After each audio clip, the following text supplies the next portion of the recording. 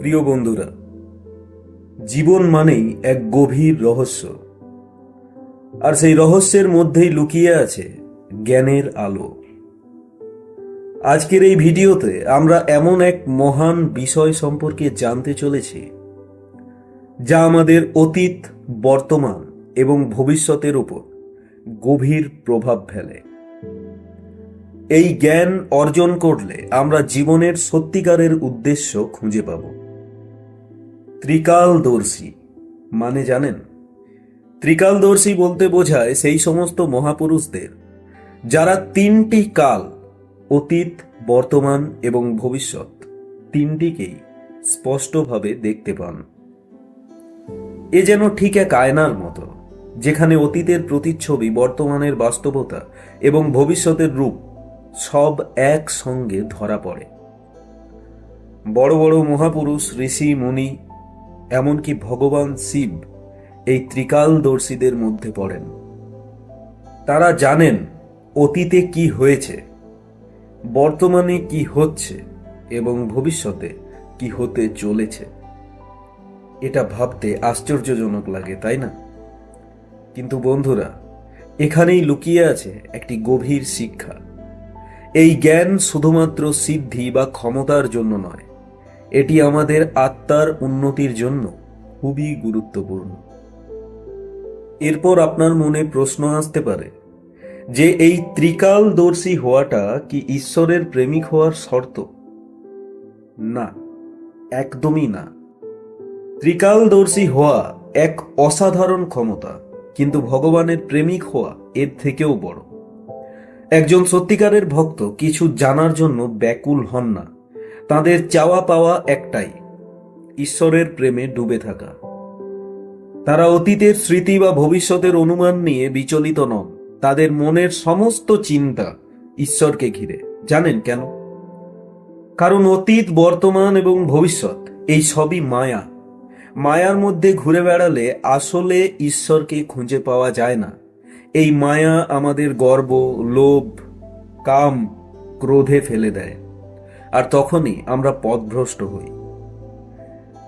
আমরা আমাদের সম্পর্কগুলোর মধ্যে কতটা সত্যিকারের ভালোবাসা রাখতে পারি? অনেকেই বলে আমি তোমায় ভালোবাসি, কিন্তু সেই ভালোবাসার ভেতরে কি কোনো নিঃস্বার্থতা আছে, নাকি শুধুই স্বার্থ জড়িয়ে আছে? বেশিরভাগ ক্ষেত্রে এটি আসলে কামনা বা স্বার্থপরতা। প্রেম মানে কি জানেন? প্রেম মানে নিজের সুখ নয়, প্রেম মানে প্রিয়জনের সুখে আনন্দ খুঁজে পাওয়া। আপনি যদি সত্যি আপনার স্বামী বা স্ত্রীকে ভগবান রূপে দেখেন, তবে আপনি কি কখনো তাদের উপর রাগ করে থাকতে পারবেন? না, এটি সম্ভব নয়। আজকের সমাজে সম্পর্কগুলো ভীষণ ক্ষণস্থায়ী হয়ে পড়ছে। গার্লফ্রেন্ড ব্রেকআপ, বয়ফ্রেন্ড ব্রেকআপ, এটাই যেন একটা ট্রেন্ড হয়ে গেছে।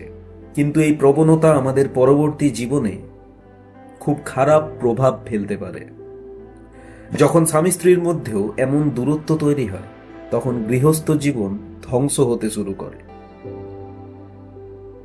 এরকম একটা প্রশ্নের উত্তর খুঁজতে হবে। আপনি কি আপনার পরিবারের মধ্যে ভগবানের উপস্থিতি অনুভব করেন? যদি না করেন, তবে বাইরের কোনো মন্দিরে গিয়ে ঈশ্বরকে খুঁজে কোনো লাভ নেই। ঈশ্বরকে খুঁজতে যাওয়ার জন্য দূরে যাওয়ার কোনো প্রয়োজন নেই। ভগবান আপনার মধ্যেই আছেন, আর এই বিশ্বের প্রতিটি মানুষের মধ্যে আছেন। আপনার সন্তানের মধ্যে, আপনার স্ত্রীর মধ্যে, এমনকি আপনার শত্রুর মধ্যেও। যদি আমাদের মনে সঠিক ভাব আসে, তবে আমরা একটি কুকুরের মধ্যেও ভগবানকে দেখতে পাব। আর যদি আমাদের ভাবনা ঠিক না হয়, তবে মন্দিরের মূর্তিতেও আমরা ভগবানকে অনুভব করতে পারবো না। সেই জন্য আমাদের প্রথম কাজ হলো আমাদের মনকে শুদ্ধ করা। অন্যদের প্রতি ভালোবাসা, ক্ষমাশীলতা এবং শ্রদ্ধা দেখানোই হলো ভগবানকে খুঁজে পাওয়ার প্রথম ধাপ। জীবনটি আসলে খুবই সহজ। তার জন্য আপনাকে এই প্রথম পদক্ষেপটি নিতে হবে, আর পদক্ষেপটি শুরু হয় আত্মশুদ্ধি দিয়ে। আপনার হৃদয়ের গভীরতা থেকে ঈশ্বরের স্মরণ করুন, ঈশ্বরের নাম জপ করুন, ঈশ্বরের প্রেমে ডুবে যান। সাধারণ কাজের মধ্যেও ঈশ্বরকে অনুভব করার চেষ্টা করুন, আর তখনই আপনি বুঝবেন ঈশ্বর ঠিক আপনার কাছেই রয়েছেন। আপনার জীবন তখন পরিপূর্ণ হয়ে উঠবে।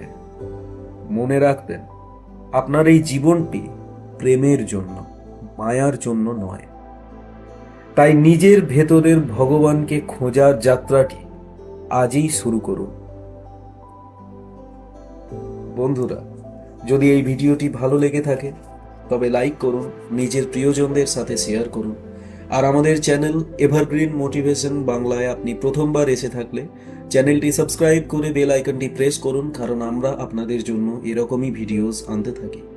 দেখা হচ্ছে পরবর্তী ভিডিওতে। ধন্যবাদ।